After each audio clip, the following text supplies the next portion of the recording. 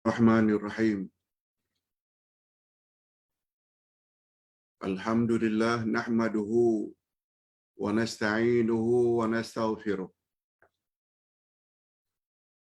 Wa na'udzu billahi min shururi anfusina wa min sayyiati a'malina. May yahdihillahu fala mudilla lahu wa may yudlil fala hadiya lahu. Asyhadu an la ilaha illallah wahdahu la syarika lahu wa asyhadu anna Muhammadan abduhu wa rasuluh la nabiyya ba'dah.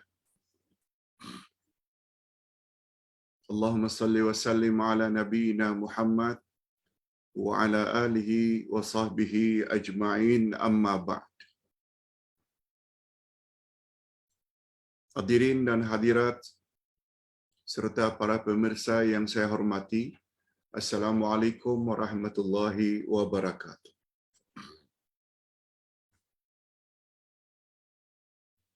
Alhamdulillah, kita bersyukur kehadirat Allah Azza wa Jalla. Berkat taufiknya kita dapat sekali lagi menambah ilmu pengetahuan kita berdasarkan kitab 30 kunci kebahagiaan. Pada pagi ini kita akan mempelajari kunci yang ke-25. Kunci yang ke-25 di bawah tajuk Sabar Kunci Kejayaan.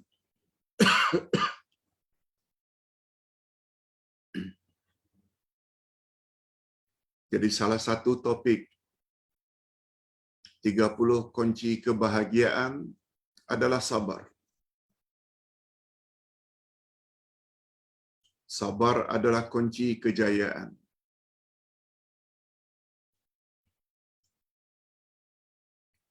Kedudukan sabar menurut pandangan Islam sangat tinggi.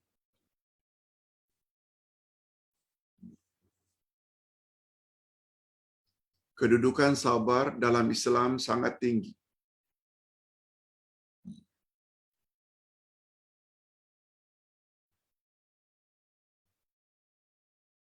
Sabar satu-satunya amalan atau sifat yang akan mendapat ganjaran tidak ada batasannya.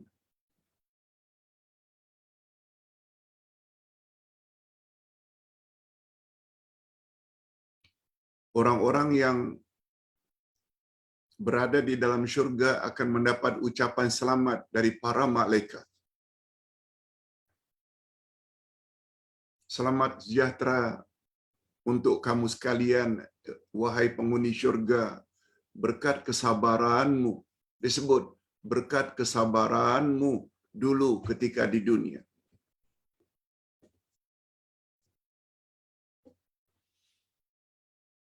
Malah ada yang berpendapat orang yang sabar masuk syurga tanpa hisab.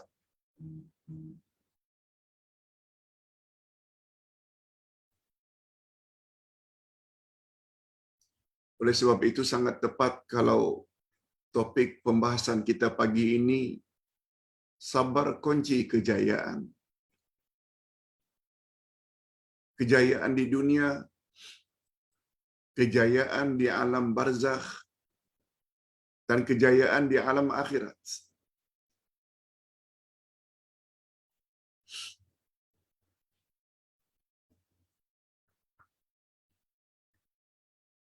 Cuma kita mesti tahu apa makna sabar, Pak Ustaz. Apa yang dimaksudkan dengan sabar? Rupanya sabar dalam Islam tidak sama dengan sabar sebagaimana yang kita fahami, sebagaimana yang orang awam, sebagaimana yang orang ramai fahami. Sabar dalam Islam ada beberapa jenis. Nanti kita akan jelaskan.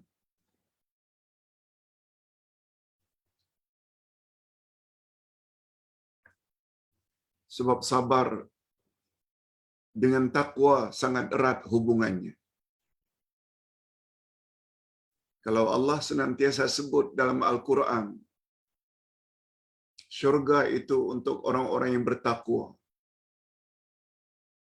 Bertakwa pula mustahil dicapai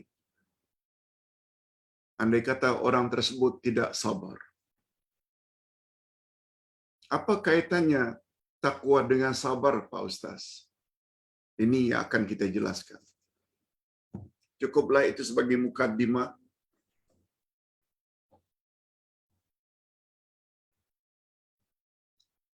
Sebagai daya tarik untuk kita mengenal apa itu sabar dalam pandangan Islam.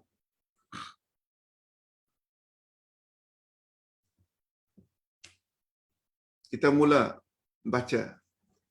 Menghias diri dengan sifat sabar. Lihat muka surat 133. Menghias diri dengan sifat sabar. Dan dapat menahan diri dari segala perkara yang tidak diridai oleh Allah. Adalah di antara sifat-sifat orang-orang yang bertakwa. Yes.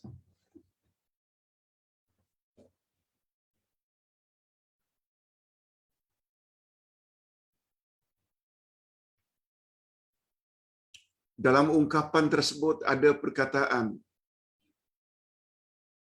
dapat menahan diri dari perkara-perkara yang Allah tidak redai. Itu makna sabar.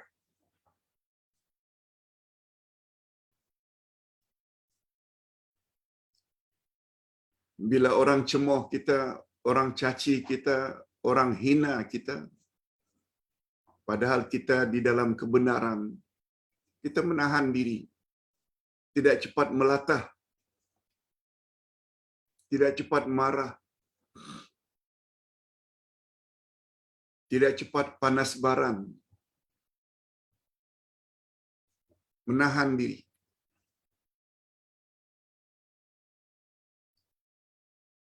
Sebab menurut bahasa, as-sabru imsakun. Sabar itu menahan. Imsak. Dalam hal ini, makna sabar sama dengan as-sawmu, puasa. Sebab di dalam bahasa Arab, as-sawmu lughatan imsak. Berpuasa, menurut bahasa, dalam bahasa Arab adalah imsak. Maknanya menahan.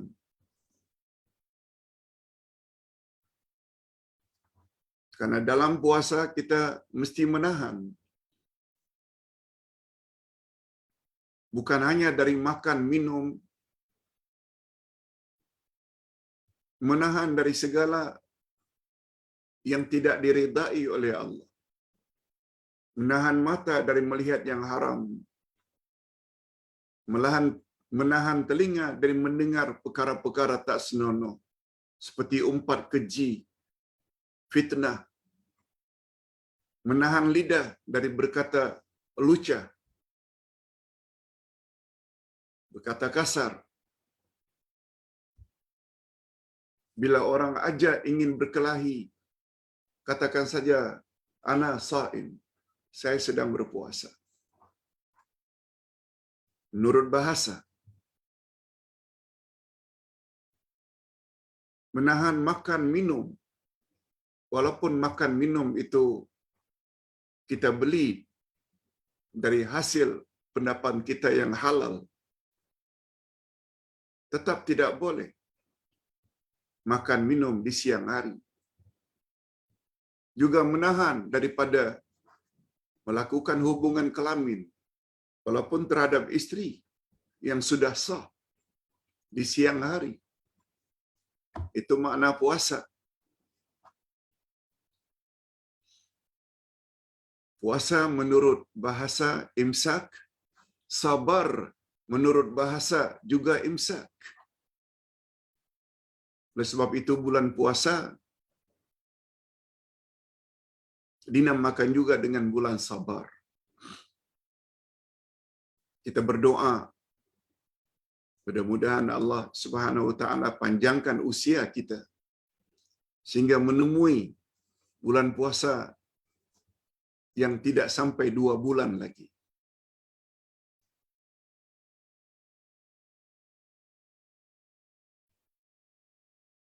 Baik, berbalik kepada sabar. Jika saya dan kamu telah dapat bersabar, apakah yang kita lakukan? Apakah yang boleh kita lakukan?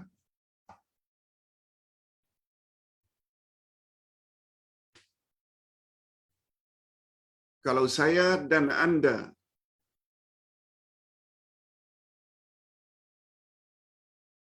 tidak dapat bersabar, tidak dapat sabar, apabila saya dan Anda tidak dapat sabar, apakah yang boleh kita lakukan? Itu pertanyaan.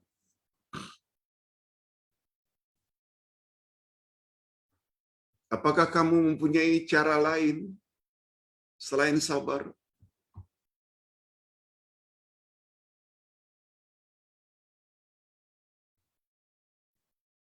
Apakah kita ada bekalan selain sabar? Nah, untuk menjawab semua soalan itu, kita perlu tahu sabar dalam Islam ada 3 jenis. Sabar dalam Islam ada 3 jenis. Pertama namanya as-sabru fi ta'atillah, sabar dalam mentaati perintah Allah. Yang kedua, as-sabru an ma'siyatillah, sabar daripada larangan Allah, maknanya kita tahan diri dari terlibat dengan dosa.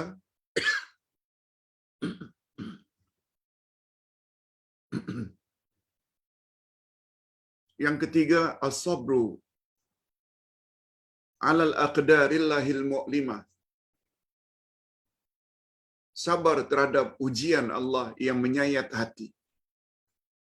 Pasangan meninggal dunia, anak kesayangan meninggal dunia, rumah terbakar, kereta aksiden,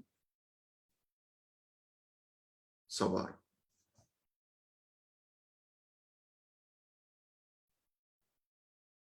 Jadi bukan sebagaimana anggapan atau persepsi kebanyakan kita, yang sabar itu yang terakhir. Sabar terhadap ujian. No. Itu rupanya sabar low class sabar. Sabar yang paling rendah. Sabar yang paling tinggi, sabar dalam melaksanakan perintah Allah. Anda sabar tak? Tadi pagi, bangun jam 4:30, bangun jam 4, menahan ngantuk, pergi segera ke bilik air, bersihkan badan, ambil uduk, memakai pakaian lengkap, lalu menghadap Allah untuk qiyamul lail, tahajud, witir, baca Quran, mengadu kepada Allah, membaca Quran, berdoa.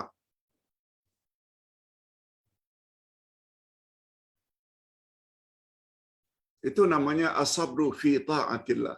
Sabar, menahan diri dari rasa ngantuk, menahan diri dari rasa dingin.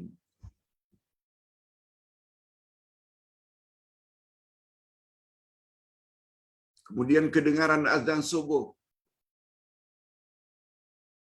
pergi ke surau atau ke masjid yang terdekat bagi lelaki dewasa. Hanya orang sabar saja yang boleh lakukan itu. Yang tidak sabar,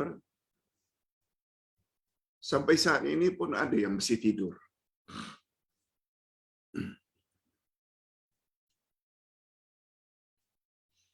Hanya orang sabar saja. Begitu tahu hari ini ada majlis ilmu online,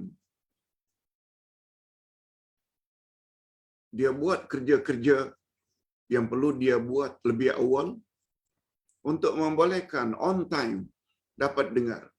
Sabar saja. Yang boleh lakukan itu semua.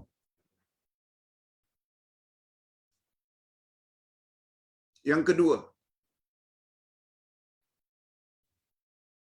sabar dalam menjauhi larangan Allah. Orang yang sabar saja yang tidak rasuah. Orang sabar saja yang tidak mencuri. Karena dia tahu itu semua adalah larangan Allah. Karena dia tahu itu bakal mendapat laknat dan kutukan Allah. Walaupun ada peluang. Walaupun dia mampu putar belit sehingga tidak diambil tindakan di atas rasuahnya. Kemampuan untuk menahan diri, ini menahan diri. Kemampuan untuk menahan diri daripada berzina, walaupun berada di luar negara, duit banyak, family atau orang kenalan jauh, sebab kita sedang berada di luar negara.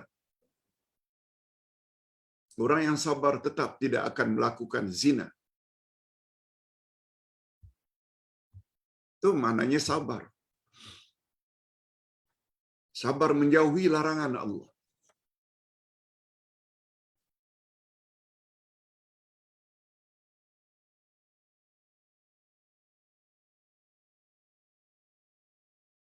Baru yang ketiga, sabar terhadap ujian Allah. Suami meninggal atau isteri meninggal, anak cucu kesayangan meninggal dunia. Sedih, boleh sedih. Memang demikianlah fitrah manusia. Tapi jangan melampau.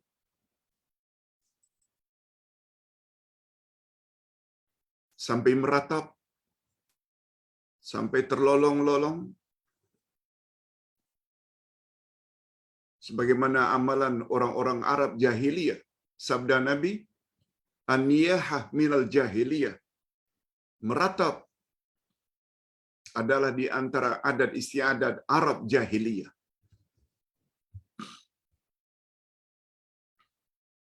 Nah, bila kita dah jelaskan bahwa sabar itu ada 3 jenis, ada 3 kategori. Kategori pertama adalah sabar melaksanakan perintah. Kategori kedua, sabar terhadap larangan Allah, dapat menahan diri daripada terlibat dengan larangan Allah. Baru yang ketiga, sabar terhadap ujian atau dugaan Allah. 2 sabar yang pertama, itu yang boleh membentuk manusia menjadi insan yang bertakwa. Sebab sebagaimana kita sama-sama maklum, takwa menurut definisi Sayyidina Ali yang diterima pakai oleh para ulama hingga hari ini, karena pendeknya dan padat, al-imtithalu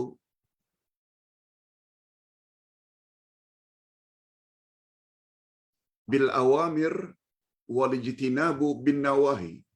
Takwa ialah kamu buat apa yang Allah suruh dan kamu jauhi apa yang Allah larang. Buat suruhan Allah, jauhi larangan Allah, tak akan mungkin dapat dilaksanakan andai kata tidak ada sifat sabar. Itu sebabnya Allah Subhanahu wa taala berfirman,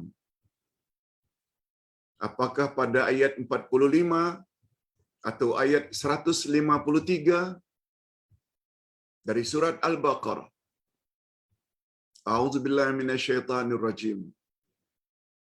Wasta'inu bis-sabri was-salah. Wa innaha lakabiratun illa 'alal khashi'in. Minta pertolonganlah kepada Allah dengan sabar dan salat. Sesungguhnya salat itu sangat berat kecuali bagi orang yang khusyuk. Ayat 153 pula surah yang sama Al-Baqarah. Ya ayyuhalladzina amanu isbiru.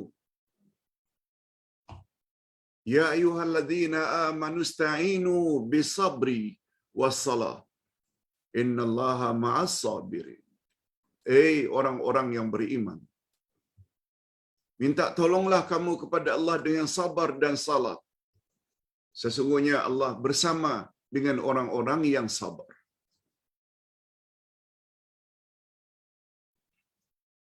Kedua-dua ayat itu menyebut salat dahulu. Maaf, kedua-dua ayat tersebut menyebut sabar dulu baru salat. Betul tak salat itu perintah Allah? Tapi disebut nomor 2. Wasta'inu bisabri wassalah. Minta tolonglah kepada Allah dengan sabar dan salat. Ini memberi isyarat, kata Imam Al-Qurtubi. Disebut sabar dulu baru salat. Salat seseorang tidak akan sempurna jika yang melakukan salat itu orang yang tidak sabar. Bisabri wassalah. Sabar dulu baru salat. Ini memberi isyarat, kata Imam Al-Qurtubi, salat seseorang tidak akan sempurna bila dia tidak memiliki sifat sabar.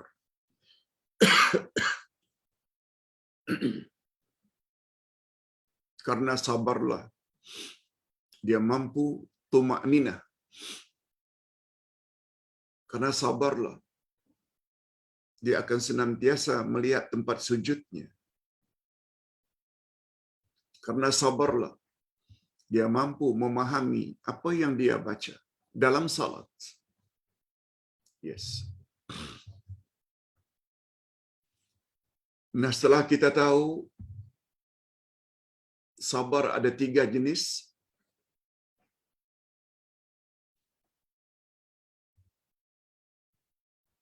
Sabar dalam melaksanakan perintah. Yang kedua, sabar menjauhi larangan. Hanya orang sabar saja, walaupun ada peluang untuk jadi pemimpin, dia tidak akan gunakan politik uang tabur, mentang-mentang duit banyak. Dia akan tahan, tidak akan memfitnah lawan semata-mata ingin menjadi pemimpin. No. Hanya orang sabar saja. Dia angkat jadi pemimpin, alhamdulillah. Tapi ingin mendapat atau menjadi pemimpin dengan tabur duit, dengan memfitnah orang lain, no. Sebab dia tahu bahwa kepimpinan dalam Islam adalah amanah. Dan baru yang terakhir, jenis sabar yang terakhir, sabar terhadap ujian atau dugaan Allah. Jadi rupanya selama ini yang kita sabar-sabar dan membatasi makna sabar, hanya menahan diri daripada dugaan Allah, rupanya itu adalah sabar yang low class. Sabar yang lebih penting, sabar yang lebih utama adalah sabar dalam melaksanakan perintah dan sabar dalam menjauhi larangan Allah. Sebab hanya dengan 2 jenis sabar itu seseorang baru mencapai derajat takwa. Sesuai dengan makna takwa, buat suruhan Allah, jauhi larangan Allah. Okey. jika kamu dalam kesusahan, maka bersabarlah dan dirikanlah salat. Kita dah jelaskan. Jangan tinggalkan salat dalam beberapa kunci yang lalu. Baginda Rasul sallallahu alaihi wasallam apabila beliau susah hati, sedih,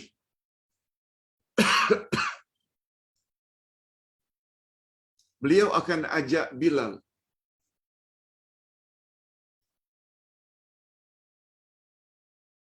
Ya Bilal, arihna bis salah. Wahai Bilal, marilah kita mencari ketenangan di dalam salat. Lalu baginda salat. Baginda mengadu kepada Allah apa yang beliau sedang hadapi. Sabar dan salat adalah dua perkara yang sangat baik dipergunakan agar kamu mendapat pertolongan daripada Allah. Sabar dan salat. Ini sebagaimana ayat yang kita bacakan tadi, ayat 153 dari surat Al-Baqarah. Ustaz ulang sekali lagi. Ya ayyuhalladzina amanu ista'inu bis-sabri was-salah. Innallaha ma'as-sabirin. Hei orang-orang yang beriman,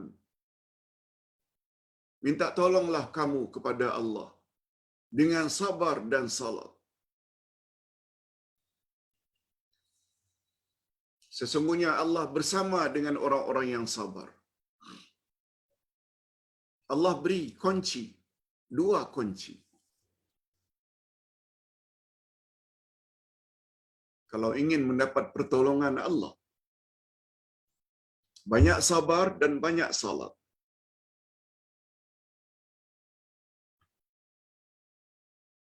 Sekarang kita ulas, apa makna Pak Ustaz? Sesungguhnya Allah bersama dengan orang-orang yang sabar. Di dalam akidah Ahlussunnah wal Jamaah terdapat satu pembahasan namanya Babul Ma'iyah.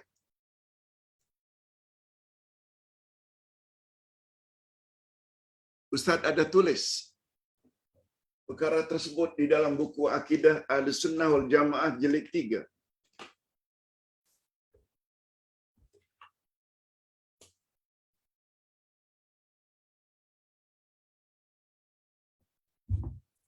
Maaf, jilid 2.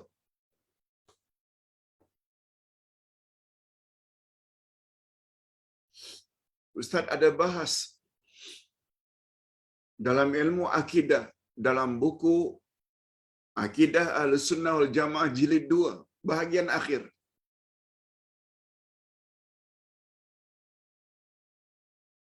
Bab itu, pembahasan itu namanya Babul Ma'iyah. Bab kebersamaan Allah dengan makhluk. Yang ringkasnya, Al-Ma'iyah itu terbagi dua. Al-Ma'iyatul Ammah dan Al-Ma'iyatul Khassah. Yes. Al-Ma'iyatul Ammah, izinkan Ustaz untuk membahas secara bebas untuk mudah difahami dan menghemat masa. Kebersamaan Allah secara umum dengan makhluk. Bersamaan Allah dengan makhluk, Allah bersama makhluk secara am, dipanggil Al-Ma'iyatul Ammah. Tak kira makhluk tersebut, manusia tersebut Muslim atau kafir.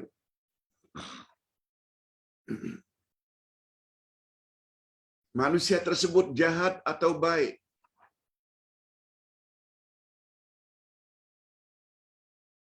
Allah bersama manusia secara umum. Cuma Al-Ma'iyatul Ammah membawa makna Allah mengetahui, Allah melihat, Allah mendengar, Allah berkuasa. Itu makna utama al-ma'iyatul 'ammah. Betul tak Allah Subhanahu wa taala bukan hanya mengetahui apa yang orang-orang Islam lakukan, tapi Allah juga tahu betul tak apa yang orang kafir lakukan? Itu dari sudut mengetahui. Allah mengetahui segala-galanya. Betul tak Allah tidak hanya melihat dan mendengar apa yang orang Islam buat, yang sedang memberi ceramah, yang sedang mendengar ceramah? Allah juga mendengar tak, melihat tak apa yang orang kafir sedang buat?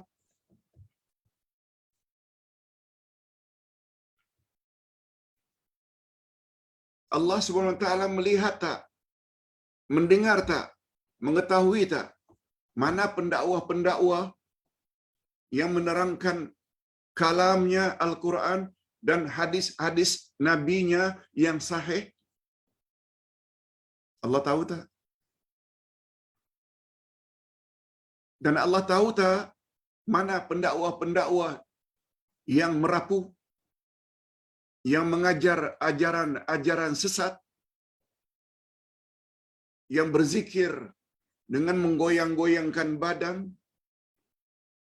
Semua Allah tahu.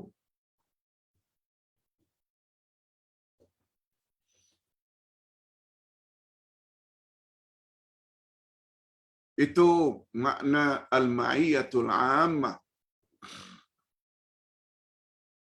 Allah Subhanahu wa taala bukan saja berkuasa memanjangkan dan memendekkan umur manusia yang beriman, tapi Allah juga berkuasa memanjangkan dan memendekkan umur orang kafir.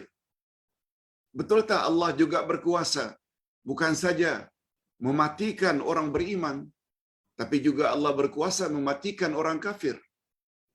Yes, itu maknanya al-ma'iyatul 'ammah. Tapi berbeza dengan al-ma'iyatul khassah. Pertolongan Allah secara khusus untuk orang-orang yang taat kepadanya.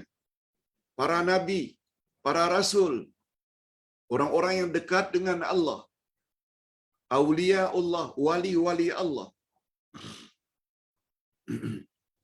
muhajirin dan ansar. Itu maknanya Allah bersama dengan orang-orang khas.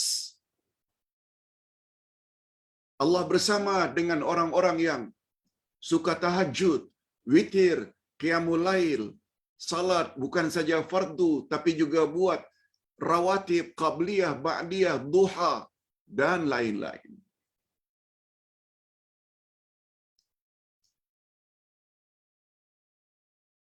Timbul pertanyaan, apa pula maknanya Pak Ustaz? Al-ma'iyatul khassah. Nah, jawabannya, selain ia mengandung kelima-lima makna al-ma'iyatul 'ammah tadi, Allah mengetahui, Allah melihat, Allah mendengar, Allah berkuasa, tetapi khas untuk al-ma'iyatul khassah, Allah bantu, Allah tolong. Nah, yang terakhir itu Allah bantu, Allah tolong, ini tidak akan didapati di dalam al-ma'iyatul 'ammah.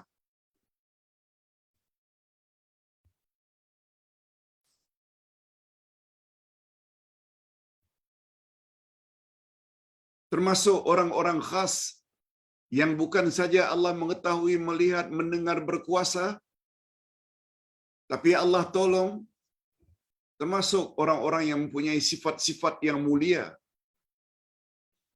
Sesungguhnya Allah bersama dengan orang yang berbuat ihsan.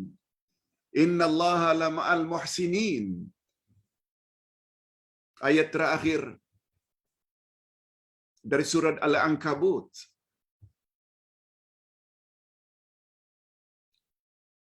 Sesungguhnya Allah bersama dengan orang-orang ikhlas.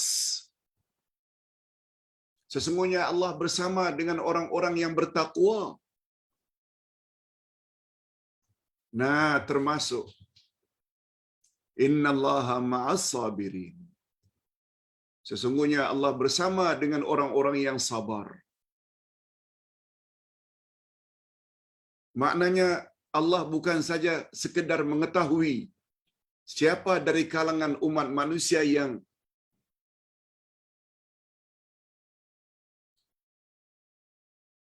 sabar, bukan hanya Allah melihat, mendengar, berkuasa terhadap orang yang sabar, tapi orang sabar layak mendapat pertolongan Allah.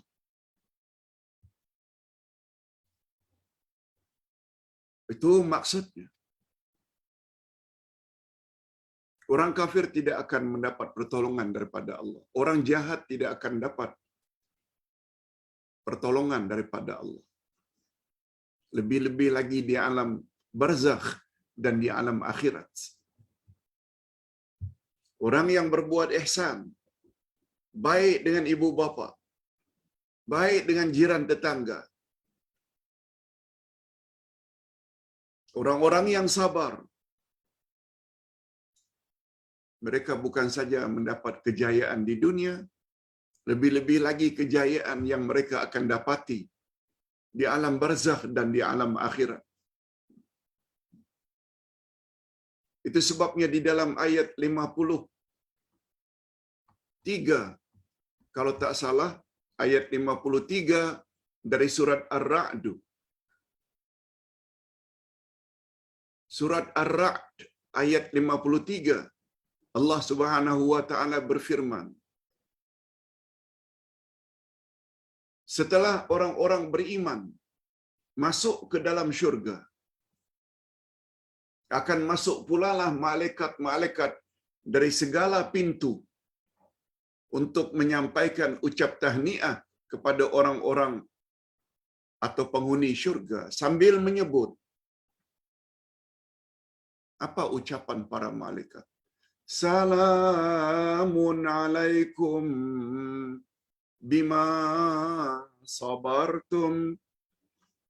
Selamat sejahtera untuk kamu sekalian, wahai penghuni syurga, berkat kesabaranmu dulu di dunia.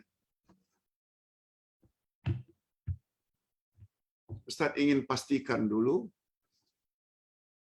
sebab Ustaz tidak tulis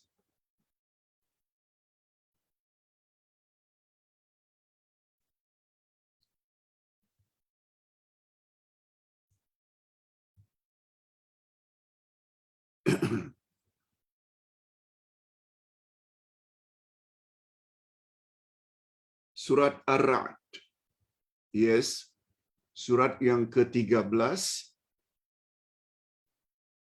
Coba tulis 53.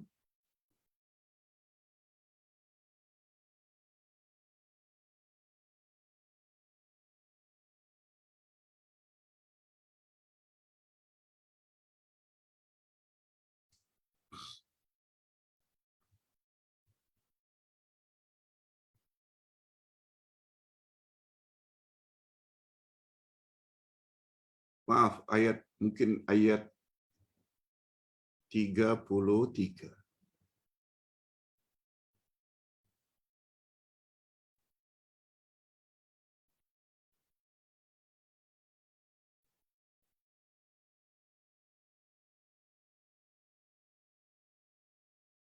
Yes.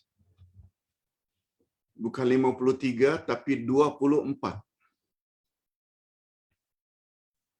Ustaz ulang sekali lagi. Salamun alaikum bima sabartum fa ni'ma uqbad dar. Malaikat yang masuk ke dalam syurga sambil mengucapkan salamun alaikum bima sabartum. Maknanya selamat sejahtera untuk kamu sekalian, wahai penghuni syurga, berkat kesabaranmu dulu di dunia. fa ni'ma uqbad dar, maka alangkah baiknya tempat kesudahan itu, yaitu masuk syurga sebaik-baik kesudahan. Yang mustahak bagi kita, kita mendapat ucap selamat daripada para malaikat. Dan bunyi ucapan itu, salamun alaikum bima sabartum. Selamat sejahtera untuk kamu sekalian, wahai penghuni syurga, berkat kesabaran kamu. Allahumma ja'alna minhum. Allahumma ja'alna minas sabirin. Allahumma ja'alna minas sabirin. Allahumma ja'alna minas sabirin. Ya Allah, masukkanlah kami ke dalam golongan orang-orang yang sabar. Dalam pengertian yang tiga tadi. Sabar dalam melaksanakan perintah, sabar menjauhi larangan, dan sabar terhadap ujian Allah. Baik. Begitu penjelasan tentang makna Allah bersama dengan orang-orang yang sabar. Oleh sebab itu, andai kata kita benar-benar ikhlas ingin mendapat ganjaran tersebut, banyak-banyaklah bersabar di atas muka bumi. Atau dengan kata lain, walaupun kita bukan bertaraf Nabi, walaupun kita bukan bertaraf Rasul, walaupun andai kata kita bukan bertaraf wali-wali Allah yang tinggi derajatnya, paling kurang miliki sajalah, usaha sajalah memiliki sifat-sifat yang layak mendapat pertolongan Allah. Antara lain ikhlas, karena Allah bersama dengan orang-orang yang ikhlas. Miliki sajalah sifat ihsan, sebab Allah bersama dengan orang-orang yang berbuat ihsan. Miliki sajalah sifat taqwa, karena Allah bersama dengan orang-orang yang bertakwa. Miliki sajalah sifat sabar, karena Allah bersama orang-orang yang sabar, dengan makna Allah akan bantu, Allah akan tolong. Ini kaitannya mengapa ada istilah sabar kunci kejayaan. Malah pepatah ini sudah begitu lumrah kita dengar dari nenek moyang kita. Cukup Islamik istilah itu. Cuma yang tidak tepat itu bila membatasi sabar hanya terhadap cobaan Allah. Itu yang tak betul. Itu yang kurang tepat. Sebab dalam Islam makna sabar sebenarnya ada 3. Sabar melaksanakan perintah, sabar menjauhi larangan, dan baru yang terakhir sabar terhadap ujian Allah.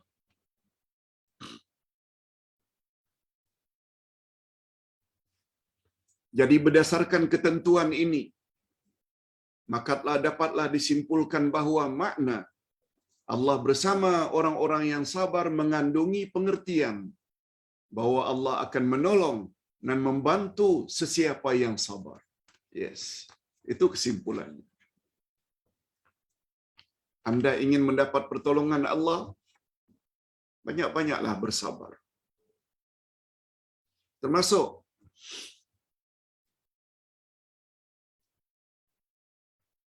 sabar menekuni majlis ilmu setiap pagi. Ditambah pula nanti, hari Rabu, ada pula kelas jam 9.15 malam. Hari Ahad, ada kuliah subuh jam 6.50 pagi. Hari Jumaat, ada lagi kelas jam 5.30 petang. Bukan hanya setakat sebelah pagi, jam 10 atau 10.30 pada hari Ahad, kita juga tambah dengan ilmu-ilmu tersebut. Hadirin dan hadirat rahimakumullah. Ganjaran pahala bagi orang-orang yang sabar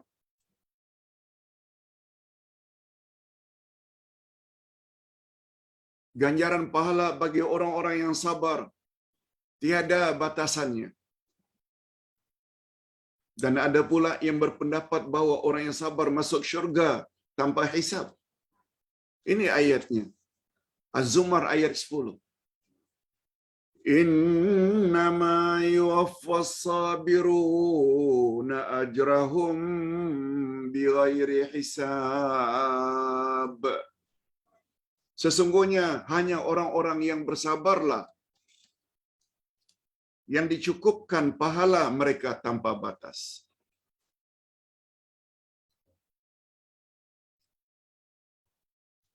Hadirin dan hadirat, Ustaz ingin jelaskan sedikit. Mengapa di sini digunakan istilah yatawafawna? Yatawafawna.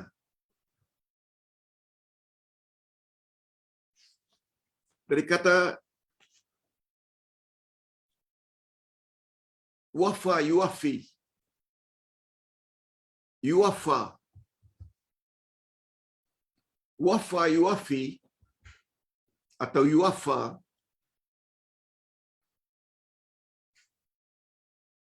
isimnya, naunnya adalah wafat. Innama yuwaffa sabirun.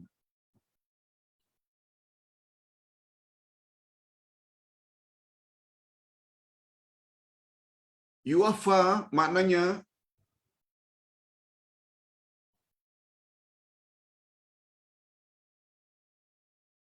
dilunasi, ditunaikan, dicukupkan.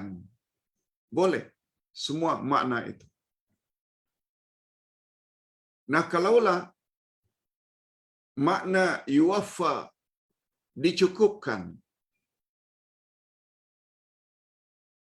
ditunaikan,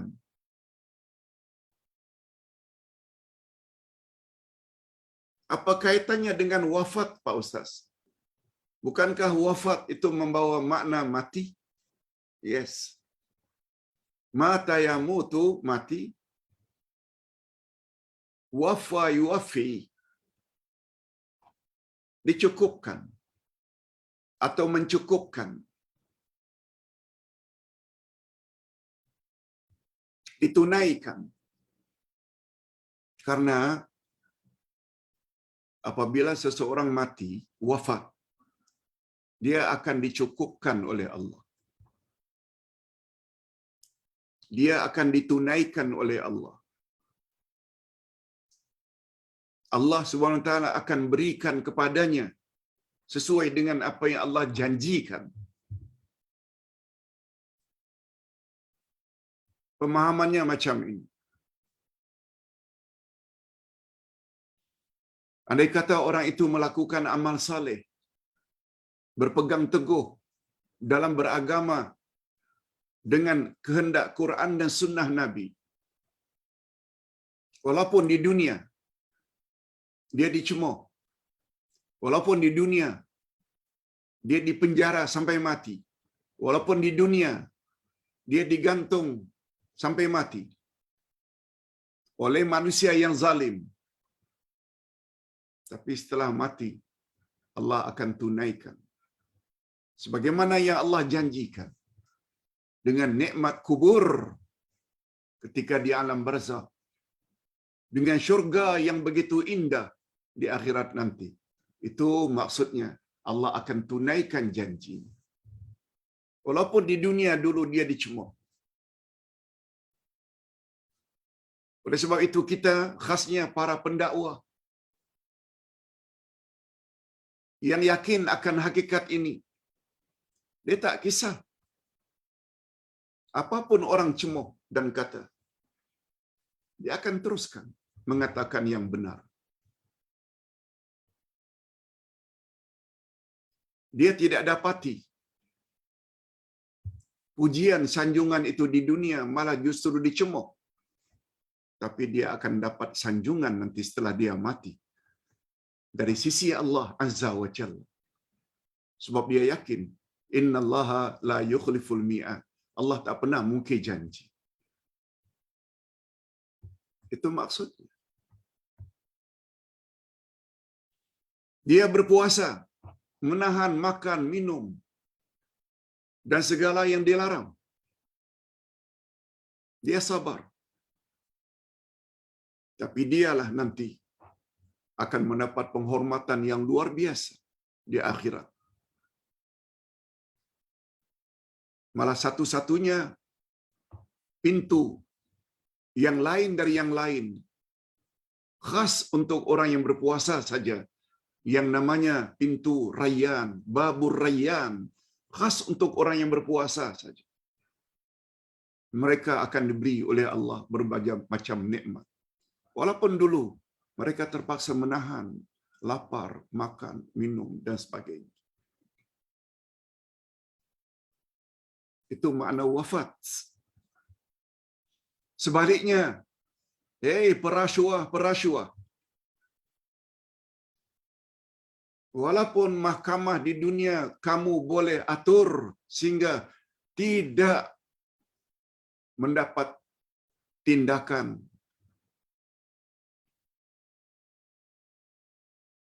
kamu akan berhadapan dengan mahkamah ilahi. Mahkamah Allah bukan boleh disogok pun. Oleh sebab itu sebelum mati, serahkanlah berapa banyak pun duit yang telah kamu curi dari rakyat. Walaupun kamu akhirnya hidup miskin, itu lebih mulia daripada terus-menerus berbangga dengan kekayaan hasil yang tidak halal. Betul, di dunia kamu bebas, tapi di akhirat menunggu orang yang dizalimi, yang selanjutnya kamu akan dihumban ke dalam api neraka. Bila itu dia akan rasakan setelah wafat. Itu makna wafat. Bapak-bapak dan ibu-ibu serta para pemirsa yang saya hormati, memahami makna wafat seperti ini sangat mustahak.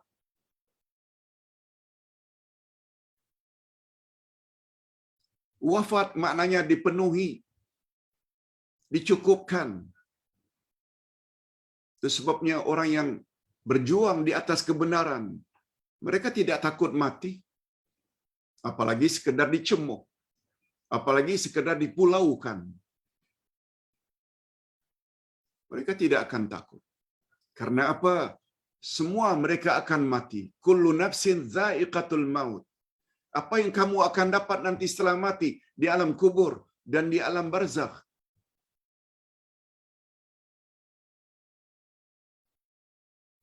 Jika kamu sabar menghadapi itu semua, kamu akan mendapat ganjaran yang berlipat ganda nanti setelah mati. Bahasa Arab, maut itu sama dengan wafat. Wafat pula maknanya dipenuhi, dicukupkan. Kamu telah berusaha, bersusah payah siang malam menyampaikan kebenaran. Memang nampaknya kamu susah. Tapi jangan bimbang. Menunggu ganjaran di alam barzakh dan di alam akhirat nanti. Bila kamu sudah wafat, kamu banyak buang masa. Kamu banyak gunakan masa untuk jalan Allah. Walaupun kamu kurang rehat, walaupun kamu dicemooh dan dicaci oleh pihak-pihak tertentu, sabar. Di dunia kamu tak dapat sanjungan. Nanti bila kamu sudah mati, Allah tolong kamu, Allah bantu kamu untuk mengangkat kamu menjadi orang yang sangat mulia. Itu makna wafat. Bapa-bapa dan ibu-ibu serta para pemirsa, betul tak semua kita akan mati? Betul tak semua kita akan wafat? Mengapa selama ini kita tidak dekat dengan majlis ilmu? sehingga akidah kita rosak, amal ibadat kita rosak. Mengapa tak tambah ilmu? Tapi susahlah Pak Ustaz. Memang susah.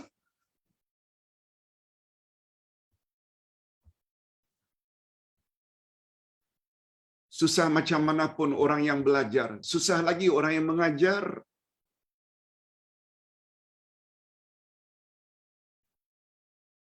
Sekarang duduk, dengar. Apa susahnya? Malah walaupun susah, bila kita menemui Allah dalam keadaan segala-galanya sempurna, akidah murni, tidak bercampur syirik dan khurafat, amal ibadat ikut cara Rasul, jauh daripada bid'ah, akhlak kita pula kita jaga dengan baik, mulut kita jaga, mata kita jaga, telinga kita jaga, kaki kita jaga, supaya senantiasa mendapat redha Allah. Mudah-mudahan kita diberi oleh Allah kekuatan untuk itu semua, sehingga kita sama-sama layak memasuki syurga Allah dan sama-sama layak mendapat ucap selamat dari malaikat, salamun alaikum bima sabartum. Itu makna wafat. Ustaz yakin tidak banyak orang yang memahami mati atau wafat dengan makna ini. Wafat artinya Allah sempurnakan. Bila? Bukan di dunia, tapi di alam barzakh dan di alam akhir. Allah sempurnakan. Semuanya berkat kesabaran kamu dulu dalam melaksanakan perintah Allah dan menjauhi larangan Allah. Okey. Kita teruskan sedikit lagi. Sabar berbeza dengan amalan yang lain. Sabar berbeza dengan amal yang lain. Segala amalan umat Nabi Muhammad sallallahu alaihi wasallam akan dibalasi oleh Allah antara 10 hingga 700 ganda. Dari 10 hingga 700. Tetapi ganjaran untuk sabar tiada batasannya. Sebagaimana yang kita sebut tadi. Innama yuwaffas sabiruna ajrahum bighairi hisab. Bighairi hisab, tanpa batasan, dengan dua makna. Masuk syurga tanpa hisab, itu satu tafsiran kalau kata setengah ulama. Yang kedua, kamu akan diberi oleh Allah ganjaran unlimited. Tidak ada limit. Sungguh berbahagia orang-orang yang mampu menghias diri dengan sifat sabar. Allahumma ja'alna minhum. Allahumma ja'alna minas sabirin. Ya Allah, masukkanlah kami ke dalam golongan orang-orang yang sabar terhadap ketiga-tiga sabar yang dituntut. Sabar melaksanakan perintah, sabar menjauhi larangan, sabar terhadap ujian Allah. Oleh itu, bersabarlah ketika melaksanakan perintah Allah. Bersabarlah untuk menjauhi larangan Allah. Serta bersabarlah ketika mendapat ujian Allah yang menyayat hati. Nah, ini ketiga-tiga jenis sabar tadi. Yakinilah pada setiap ujian pasti ada kebaikan di baliknya. Yakinilah janji Allah bahwa pada setiap kesulitan pasti ada kemudahan.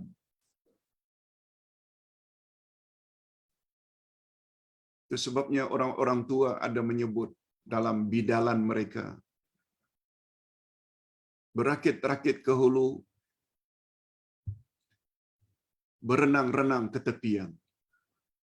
Bersakit-sakit dahulu, bersenang-senang kemudian. Allahu Akbar. Sungguh Islamik pepatah atau bidalan orang-orang tua. Berakit-rakit ke hulu, berenang-renang ke tepian.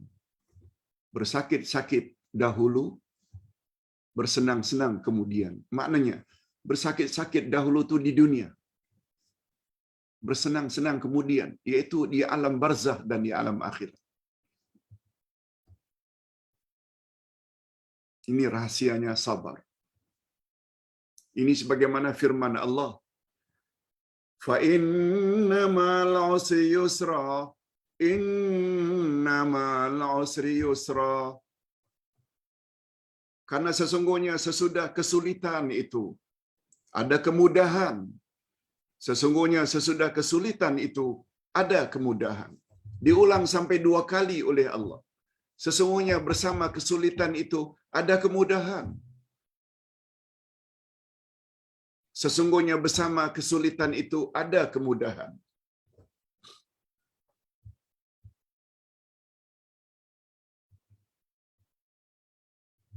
Ini belum lagi kalau kita memahami kaedah bahasa Arab. Kaedah bahasa Arab sangat dekat dengan grammar bahasa Inggeris. Kaedah bahasa Inggeris.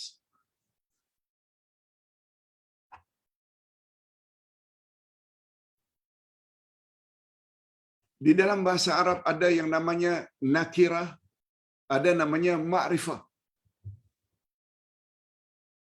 English pula ada yang namanya definitif dan ada indefinitif. Kalau tak salah begitu istilahnya. Baitun, Englishnya a house, sebuah rumah. Rumah yang mana satu, kita tak tahu lagi, tak pasti. Tetapi kalau di depannya digunakan alif lam, al-baitu, dia menjadi the house. Maknanya rumah tertentu. Kita dah tahu tak? Itu sebabnya dalam bahasa Arab ada alif lam. Alif lam itu dipanggil alif lam ma'rifah. Alif lam menunjukkan sesuatu yang sudah kita ketahui. Masjidun, a mosque, sebuah masjid. Tetapi kalau dalam bahasa Arab ditambah alif di depannya al-masjidu, maka dia membawa makna the mosque, masjid tertentu.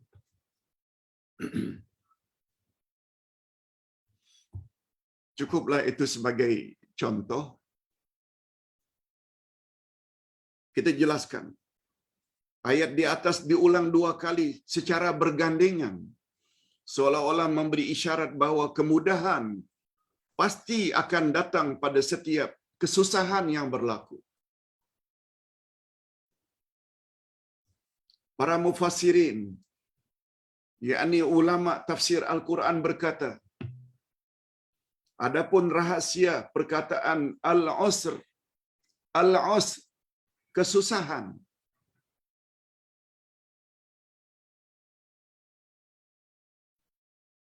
kesusahan disebut secara ma'rifah karena ada alif lam di depannya.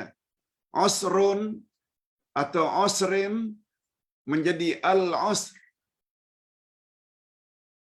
Alif lam itu alif lam ma'rifah, iaitu diawali dengan alif lam ma'rifah. Ia membawa makna kesusahan yang tertentu. Kesusahan yang tertentu. Atau kesusahan yang satu itu. Sedangkan perkataan yusran, kesenangan, disebut secara munakkar, yaitu nakirah, tanpa alif lam. Ia membawa makna kesenangan yang umum atau kesenangan yang banyak, bukan kesenangan tertentu. Ringkasnya, contohnya, dengan kesusahan tertentu, kita akan mendapat kesenangan yang banyak. Contoh, jika satu kesusahan kita lalui seperti berpuasa. Berpuasa itu satu ketentuan ilahi. Tak boleh makan, tak boleh minum, tak boleh.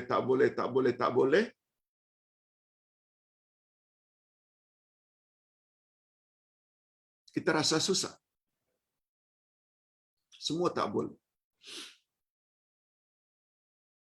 Ketika berpuasa, makan, minum, jima dan lain-lain, maka akan banyak kesenangan yang bakal kita terima ekoran daripada berpuasa. Umpamanya, badan menjadi sehat, mendapat pahala yang berlipat ganda, badan boleh jadi slim, bakal memasuki pintu khas di akhirat nanti yang namanya Babur Rayyan. Lihat, dengan satu kesusahan yaitu berpuasa, kita akan dapat bermacam-macam kesenangan nanti. Di dunia lagi, badan akan jadi sehat. Begitu kata dokter, yang kadang-kadang kata dokter, supaya mengurangi penyakitmu itu, coba berpuasa. Puasa. Di dunia lagi, belum lagi di alam barzakh, belum lagi di akhirat, ada pintu khas menunggu untuk orang-orang yang berpuasa. Itu sekedar contoh. Bersusah payah menghadiri majlis ilmu di dunia. 1 jam, 1,5 jam. Coba bandingkan dengan 25 jam dalam sehari. Hanya 1,5 jam, 2 jam.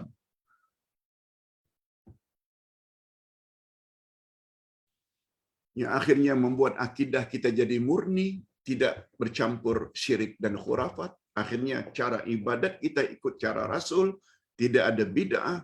Akhirnya menjadikan kita memiliki akhlak yang mulia. Berapa banyak yang kita bakal terima nanti ganjaran dari sisi Allah di alam barzakh dan di alam akhirat.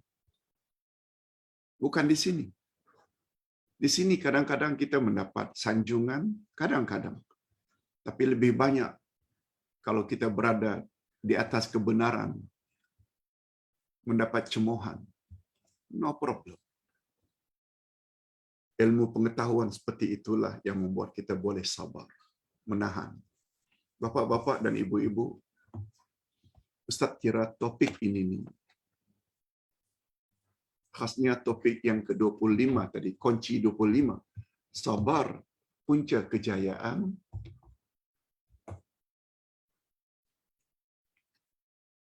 Bagus untuk kita sebar-sebarkan, share kepada orang-orang yang kita sayangi.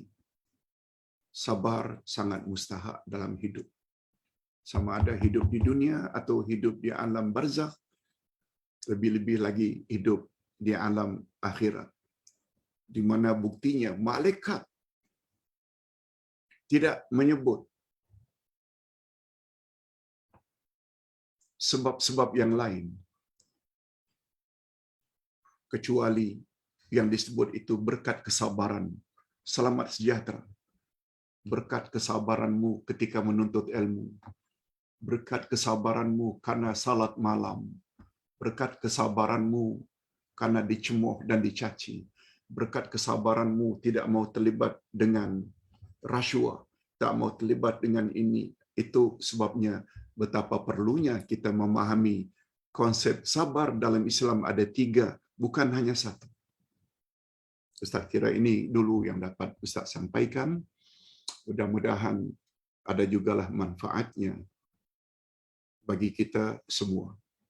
Nah, sebelum kita tutup, kita coba jawab beberapa soalan yang tertangguh. Ustaz akan jawab secara ringkas saja. Pak Ustaz, bukankah kita dilarang berniaga pada hari Jumaat?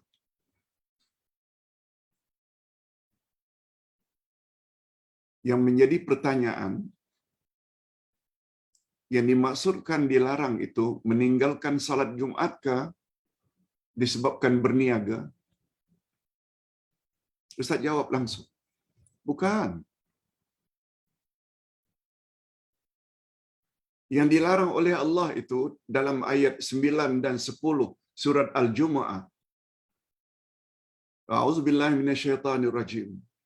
Ya ayyuhalladzina amanu idza du'iya idza du'itum ila shalah. Maaf, Ustaz ulang sekali lagi.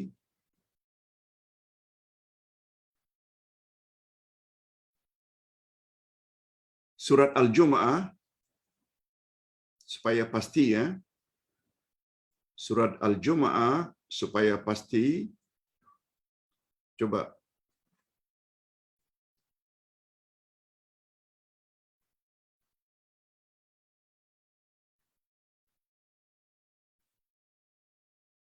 Orang-orang yang beriman.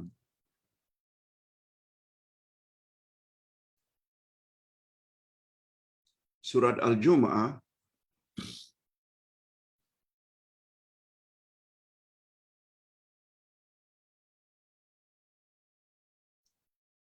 ayat yang ke-9 dan ke-10.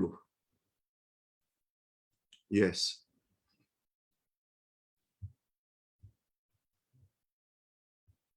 Ya ayyuhalladzina amanu idza du'iya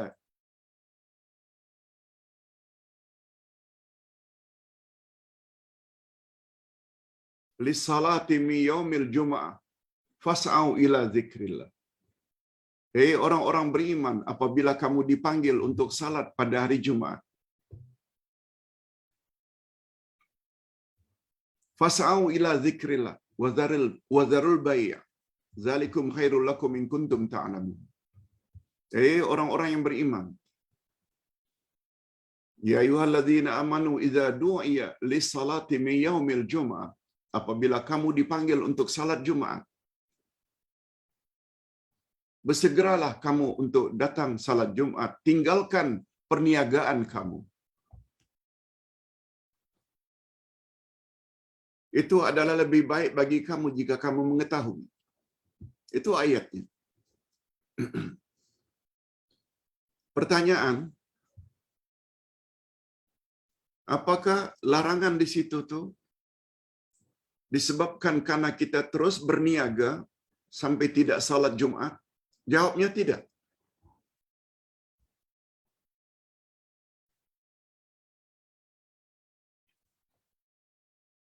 Jawabnya dia tetap berdosa jika meneruskan perniagaan walaupun dia dapat salat Jumat. Walaupun dia dapat salat Jumat.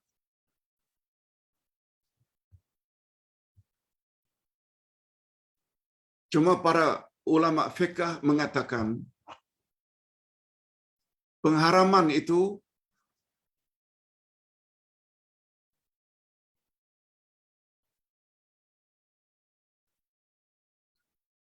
pada azan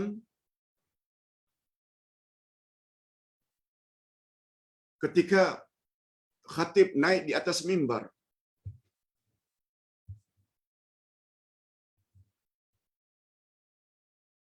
Ustaz ulang sekali lagi.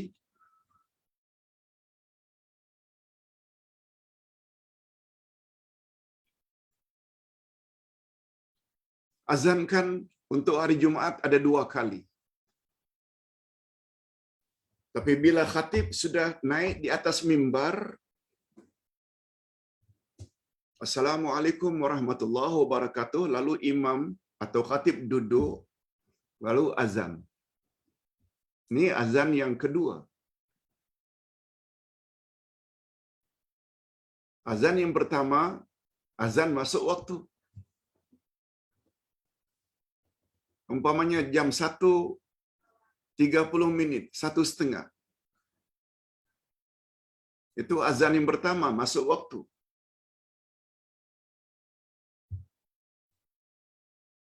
Tak lama kemudian, khatib akan naik ke atas mimbar. Setelah memberi salam, khatib akan duduk, lalu azan sekali lagi, maknanya salat azan yang kedua. Kesepakatan para ulama mengatakan, ketika itu tak boleh sama sekali berniaga. Haram hukumnya. Walaupun setelah azan yang kedua, dia masih lagi berniaga untuk beberapa minit, kemudian dia langsung join untuk salat Jumat, sementara khatib membaca khutbah dia masih berjualan, haram hukumnya. Walaupun pedagang tersebut dapat melakukan salat Jumat. Salat Jumat itu kan setelah selesai khutbah. Yes. Pengharaman itu bukan karena dia tidak salat Jumat. Bukan. Karena meneruskan perniagaan. Walaupun sudah azan yang kedua. Tapi sebelum azan itu dibolehkan. Berniaga boleh. Yang tak boleh itu ketika mula azan yang kedua. Boleh meneruskan perniagaan bila dah selesai Jumat. Tak jadi masalah.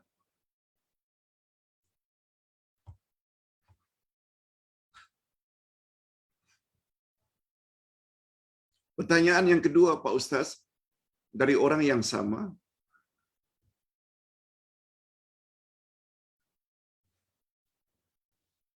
Haram dari segi duit guna untuk makan minum ke Pak Ustaz? Bila terus berniaga, dapat duit. Hadirin dan hadirat, perniagaan yang dilakukan walaupun setelah azan Jumat, perniagaan tersebut tetap sah. Tetap sah. Tapi perbuatan tersebut berniaga setelah azan Jumat yang kedua, itu haram. Namun demikian,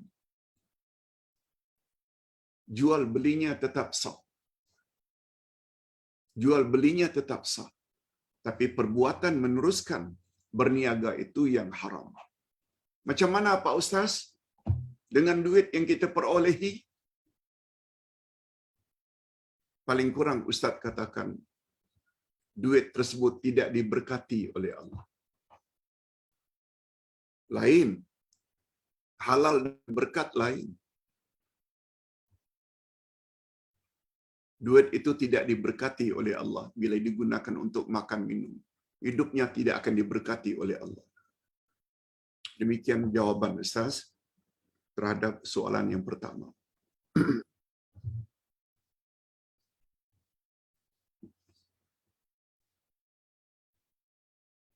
Sedikit tambahan, malah menurut Imam Abu Hanifah lagi keras. Mazhab Hanafi, pengharaman jual beli itu bermula dari azan pertama lagi. Itu pendapat beliau.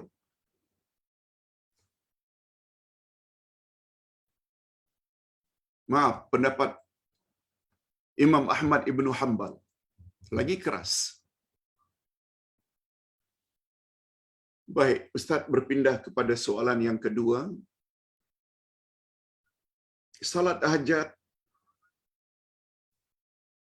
kita selalu baca pada sujud yang terakhir, La ilaha illa anta subhanaka inni kuntu minaz zalimin, sebanyak 41 kali.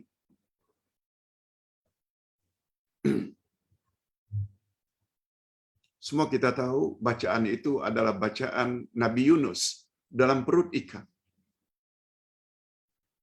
Bacaan itu kita selalu sebut atau kita kategori ke dalam doa usana, doa sanjungan. La ilaha illa anta, tiada Tuhan yang berhak disembah melainkan Engkau. Subhanak, maha suci Engkau ya Allah dari segala kekurangan. Inni kuntu minaz zalimin. Aku mengakui ya Allah, aku telah banyak berbuat dosa. Ia mengandung doa, cuma dalam jenis doa usana, doa sanjungan. Pertanyaannya, adakah ini sunnah? Adakah ini sunnah? Maknanya, apakah amalan tersebut baca 41 kali dalam sujud yang terakhir, La ilaha illa anta subhanaka inni kuntu minaz zalimin? Jawabnya tidak ada dari Nabi. Itu bukan sunnah Nabi. Walaupun kita mengatakan apabila baca itu tidak ada salah bila dengan tujuan doa. Sebab yang datang dari Nabi ketika turun surat Al-A'la, Sabbihisma rabbikal a'la alladzi khalaqa fasawwa.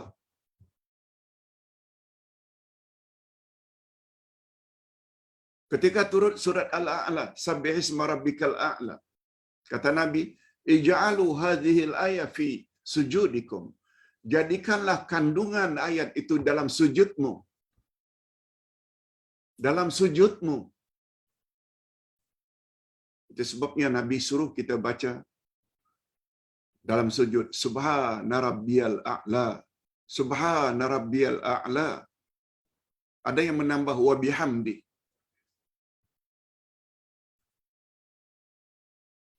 Bukan la ilaha illa anta subhanaka inni kuntu minaz zalimin. Itu yang datang dari Nabi. Adalah lebih baik kalau kita membaca Subhana rabbiyal a'la walau sampai 9 kali, 11 kali, 15 kali, makin panjang makin bagus.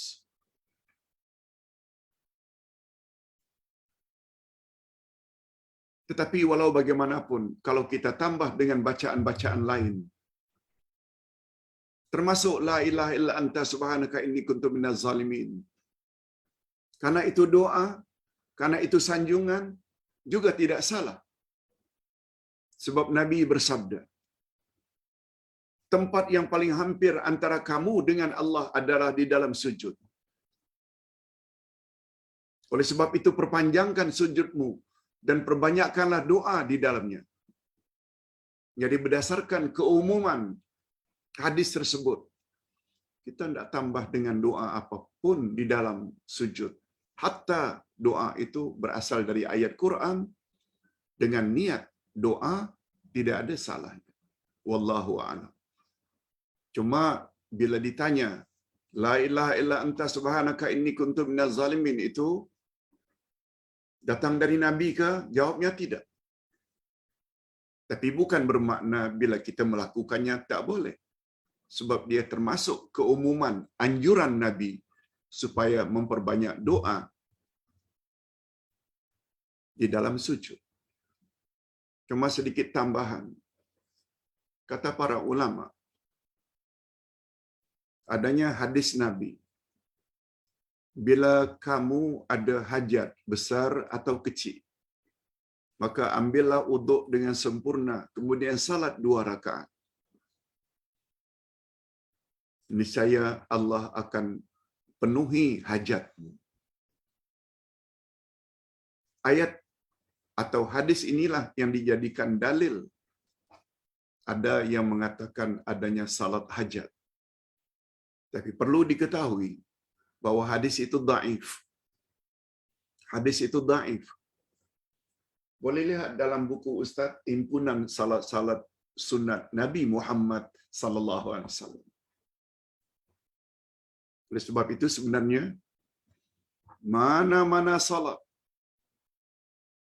salat duha ke, tahajud ke, witir ke, dalam sujud itu kita boleh doa. Doa usana ke, doa sanjungan, doa ul masalah ke, atau doa ut-talab, doa sambil memohon, boleh kita isi. Walaupun salat itu duha, tahajud, witir. Maknanya menyampaikan hajat juga kepada Allah. Itu lebih baik. Tapi sesekali kita buat yang namanya salat hajat, tidak ada salahnya. Sebab dia termasuk fadilat amalan. Fadilat amalan boleh dilakukan berdasarkan hadis dhaif. Asalkan dhaifnya bukan dhaifun jiddan, bukan terlalu lemah. Wallahu a'lam. Hadirin dan hadirat rahimakumullah. Ada satu lagi pertanyaan terakhir, Pak Ustaz. Setiap ada kematian, masjid akan buat tahlil arwah ringkas. Saya akan balik terus selepas salat Isya. Tetapi kadang di offer juga Apa hukum makan makanan tersebut? Juga apa pula dalam konteks makanan disediakan selepas yasinan malam Jumaat? Hadirin dan hadirat, soalan ini sangat selalu ditimbulkan. Semua kita dah tahu dah. Sunnah Nabi, bila ada kematian, kita yang perlu bawa makanan ke rumah orang yang mati. Bukan makanan disediakan oleh keluarga yang kematian. Kemudian buat tahlilan pula pada hari ketiga, ketujuh, 40. Semuanya ini tidak datang dan tidak ada contohnya dari Nabi SAW. Apalagi memberi makan. Malah imam mazhab yang 4 sepakat mengatakan bahawa perbuatan itu adalah dilarang. Namun demikian, para ulama berbeza pendapat. Ada mengatakan boleh, ada yang mengatakan tak boleh. Terus terang saja, Uday punya pandangan lebih cenderung sebaiknya tidak.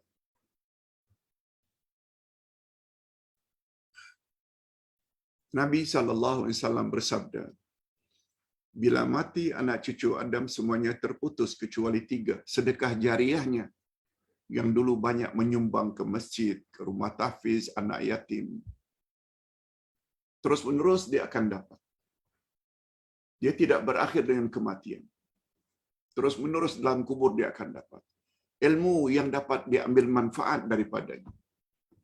Kita beri atau tulis buku dapat dimanfaatkan oleh orang ramai. Selama itulah penulisnya akan dapat ganjaran di alam kubur. Itu ilmu yang dapat dimanfaatkan.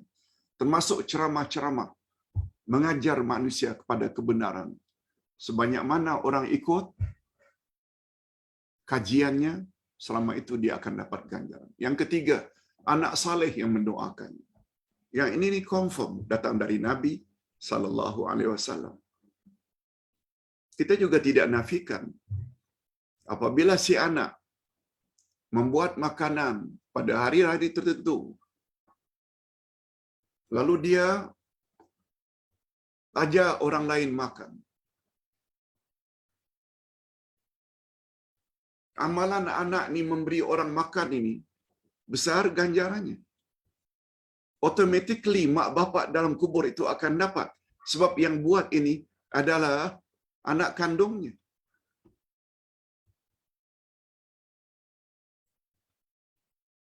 Oleh sebab itu, pandangan Ustaz lebih cenderung, kalau ingin bertahlil, la ilaha illallah, lakukanlah. Wahai anak-anak, tak perlulah buat satu acara pula. Apalagi diakhiri dengan makan-makan. Nah, itu bukan sunnah Nabi SAW. Walaupun perkara ini khilaf, tapi bila ditanya, adakah ini sunnah Nabi? Jawabnya tidak. Itu hanya pandangan para ulama. Ini dulu yang dapat saya sampaikan. Mudah-mudahan ada manfaatnya. Kita akhiri dengan doa. Alhamdulillahirrabbilalamin. Wassalatu wassalamu ala ashrafil anbiya'i wal mursalin. Wa ala alihi wa sahbihi ajma'in.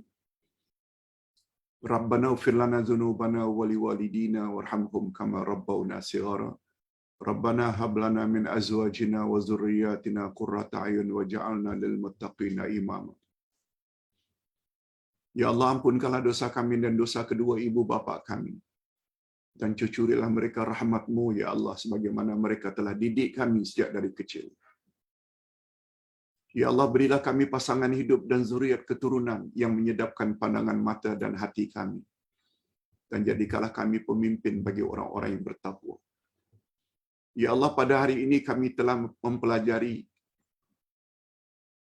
di bawah topik sabar kunci kejayaan. Pada pagi ini kami baru tahu bahwa sabar dalam Islam ada 3 jenis. Sabar melaksanakan perintah Allah, sabar menjauhi larangan Allah, dan sabar terhadap ujian Allah yang menyayat hati.